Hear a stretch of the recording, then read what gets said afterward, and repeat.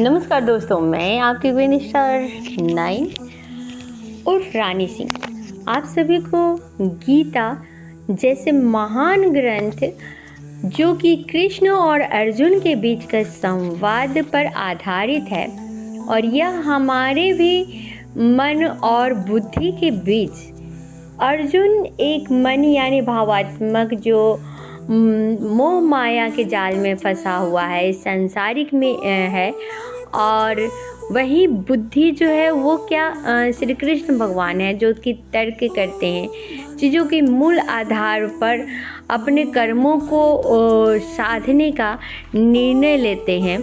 तो उसी के आधार पर आपको गीता के अंदर भी बहुत सारी ऐसी चीज़ें मिलेंगी जिससे कि आपको अपने जीवन में उन रास्तों पर चलने में सुविधा होगा, जिससे कि आप हमेशा फंसे हुए या दुविधा में पाते हैं, असमंजस में पाते हैं कि हमें कब और कैसे करना चाहिए।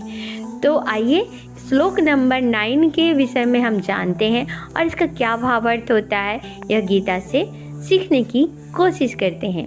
तो दोस्तों, हमारा श्लोक नंबर 9, अन्य च बहव श्रुवा मदर्थे त्वक्त जीविता नाना शस्त्र प्रहरणा सर्वे युद्ध विशारदा।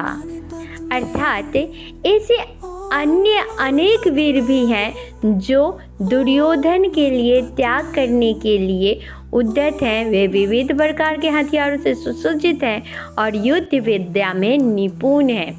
तात्पर्य यह है कि अन्यों का मतलब कि जो उनके सगे संबंधी रिश्ते नाते हैं उसमें जयद्रथ, कृतवर्मा, शाल्य संबंध हैं, वे सब दुर्योधन के लिए अपने प्राणों की आहुति देने के लिए भी तैयार हैं। दूसरे शब्दों में यह पूर्व निश्चित है कि वे सब पापी दुर्योधन के दल में सम्मिलित हैं। इस कारण से उनकी मृत्यु तो निश्चित है, क्योंकि अधर्म का हमेशा ही नाश होता है, धर्म की हमेशा जीत होती है। निसंदेह अपने मित्रों की संयुक्त शक्ति के कारण दुर्योधन अपनी विजय के प्रति आश्वस्त था। तो ये हमारा 9 का जो अर्थ था। और अब हम जानते हैं कि श्लोक नंबर 10 यानी 10 जो है उसके विषय में, अपर्याप्तम तदस्माकं बलम भीष्म भी रक्षितम पर्याप्तम त्वदमेत तेषां बलम भीमा भी रक्षितम। अर्थात हमारी शक्ति अपरिमेय है और हम सब पितामह द्वारा भली भांति संरक्षित हैं, जबकि पांडव की शक्ति भीम द्वारा भली भांति संरक्षित होकर भी सीमित है। यहाँ पर दुर्योधन ने तुलनात्मक शक्ति का अनुमान प्रस्तुत किया है। वह सोचता है कि अत्यंत अनुभवी सेना नायक भीष्म पितामह जो हैं वो उनके साथ हैं और उनके द्वारा विशेष रूप से संरक्षित होने के कारण उसकी सशस्त्र सेनाओं की शक्ति अपरिमेय है, और दूसरी ओर पांडवों की सेना सीमित है, क्योंकि उनकी सुरक्षा एक कम अनुभवी नामक भीष्म के द्वारा की जा रही है। और भीष्म की तुलना में जो भीम है वो नगण्य है। दुर्योधन सदैव भीम से ईर्ष्या करता था, क्योंकि दोनों एक साथ एक ही गुरु से शिक्षा लिया था और दोनों अपने अपने बल में बहुत अधिक बलशाली है। तो किंतु साथ ही उसे दृढ़ विश्वास था कि भीष्म की उपस्थिति में उसका विजय निश्चित है, क्योंकि भीष्म कहीं अधिक उत्कृष्ट सेनापति है।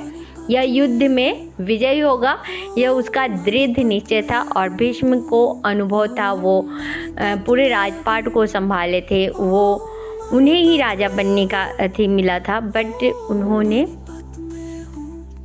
इसकी भी बहुत सारी कहानियाँ हैं जो कि आगे चल के आपको गीता में मिलेगी। तो इसे ज़रूर पढ़ने का कोशिश कीजिए या फिर अपने घर में रखने की कोशिश कीजिए। गीता में बहुत सारे ऐसे सार हैं, श्लोक हैं जो कि आपको आपके जीवन से ज़रूर सॉल्यूशन देंगे। तो इसे ज़रूर पढ़िए और समझने की कोशिश कीजिए।